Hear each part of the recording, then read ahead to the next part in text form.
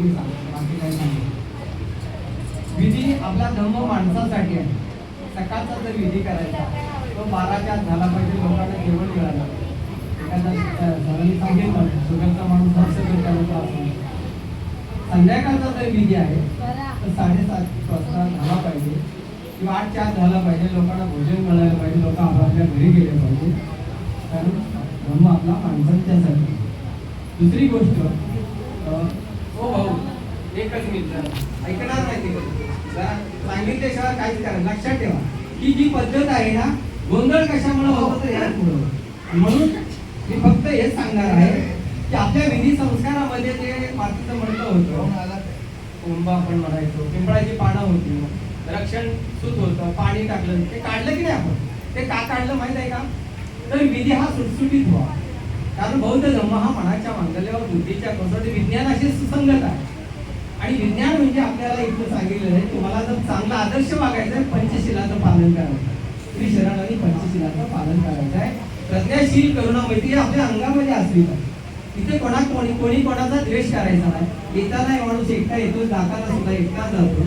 इथं सगळं जागच्या जागीच राहते.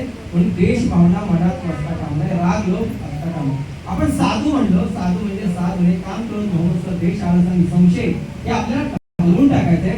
डोक्यात राग ठेवायचा नाही, बुद्धी ठेवायचा, बुद्धीचा वापर करायचा, तेव्हा आपला संसार हा सुखाचा होतो. म्हणून या विधीमध्ये बदल झालेले आहे. या विधीमध्ये काय बदल झालेले आहे तर भगवान बुद्धांचा जो विचार आहे तो बाबासाहेब आंबेडकरांनी आपल्याला दिला. म्हणून आपण भगवान बुद्धांच्या विद्वत्ती एवढीच असल्यामुळं बाबासाहेबांना त्यांच्या आपण डाव्या बाजूला त्यांनी गुरु मानलेला आहे. म्हणून आपण त्या पूजा साहित्यामध्ये असं त्यांना ठेवलेलं आहे. पण लक्षात ठेवा, आता या ठिकाणी बौद्ध धर्माचा जो प्रचार आणि प्रसार आहे सम्राट अशोकाने केलेला. 84 स्तूप, 84,000 लेण्या आणि 84,000 विहार, 84,000 लोकांना धम्मदीक्षा दिली. आणि म्हणून या विधीमध्ये भगवान बुद्धाच्या नंतर सम्राट अशोकाचा फोटो लावण्याचा आपण आता निश्चित केलेला आहे. जसं हे पूजा साहित्यातून काढलं तसं आता हे त्याच्यामध्ये काढी केलं. आणि विहारामध्ये फक्त बुद्धाच्या बाजूला सम्राट अशोकाचा, त्याच्यानंतर बाबासाहेबांचा हे 3 फोटो पाहिजे. बाकीचे जे फोटो आहेत तुम्ही लाईनीमध्ये असे सगळे लावायचे. राहुल सर आमच्या घरी आले, त्यांनी पाहिले. कारण मी एक गुरु असल्यामुळं हे तुम्हाला सांगणं काम आहे. कारण गुरु म्हटल्यानंतर अंगठा कापून घेणारा सुद्धा गुरु आहे. आणि विधी आम्ही निधीसाठी करत नाही, लक्षात ठेवा. ते संस्कार आपल्याला कळले पाहिजे. आणि हे संस्कार कोण देते माहित आहे तुम्हाला? हे संस्कार कोणामुळे मिळतात तुम्हाला कोण सांगेल? याच्यामध्ये कोण सांगेल संस्कार कोणामुळे मिळतात? हे संस्कार आपल्याला आपल्या आई वडिलांच्याकडून. पहिले गुरु आई वडील आहे, दुसरे गुरु कोण आहेत? शिक्षक आहेत, आहे ना? ते शिक्षक आहेत आदर्श. त्याच्यानंतर गुरु कोण आहेत? आपले बौद्ध धर्माचे गुरु कोण आहेत? बौद्धाचार्य आहेत. आणि कोण गुरु आहे आपले बौद्ध धर्माचे? वंदनीय पूज्य भंते आहे. भंतेचे जर भेटले आपल्याला तर त्याला वंदावी भंते म्हणायचं आहे. बौद्धाचार्य भेटले तर त्यांना जय भीम म्हणायचं. तर अशा प्रकारे जे बदल झालेले ते बदल करायचे आहेत. परंतु अशा पद्धतीने आपल्याला मांडवी या विभागामध्ये आता बऱ्याच वेळेला सांगतोय त्याच्यामध्ये बदल झाला पाहिजे. ज्या वेळेला खऱ्या अर्थानं बदल होईल ना त्यावेळेला त्याचा आम्ही कधी बुद्ध आणि कधी अशा प्रकारचे बुद्ध आम्हाला नको आहे. कारण इथं आणि वेळेला महत्व दिलेलं आहे. वेळ ही अतिशय महत्वाचं. आपण कामाला बरोबर जातो आहे की नाही? शाळेत 7ची असली तर मुलाला बरोबर पाठवतो. पण आपल्या ह्या विधीसाठी आपण वेळ करतो. कारण इथं काय तसं आपण मुहूर्त वगैरे काय बघत नाही. म्हणून आपण आता जर लेट केलं 2,000 रुपये दंड ठेवलेला. दंड याच्यासाठी ठेवला की परिवर्तन झालं पाहिजे.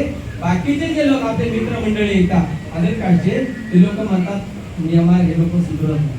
हा आपल्याला कलंक लागू नये म्हणून आपण वेळेत सगळे कार्यक्रम करायचे आहेत. आणि आपण सगळ्यांनी जे आपल्याला दिलेलं आहे बौद्ध महासभा, मीराताई आंबेडकर, डॉक्टर भीमराव आंबेडकर, बाबासाहेबांचे नातू हे सगळं चालवतात. 6 वर्षाच्या वरील मुला मुलीपासून 60 वर्षाच्या स्त्री पुरुषापर्यंत 24 शिबिराच्या माध्यमातून संस्कार देण्याचं काम करतो.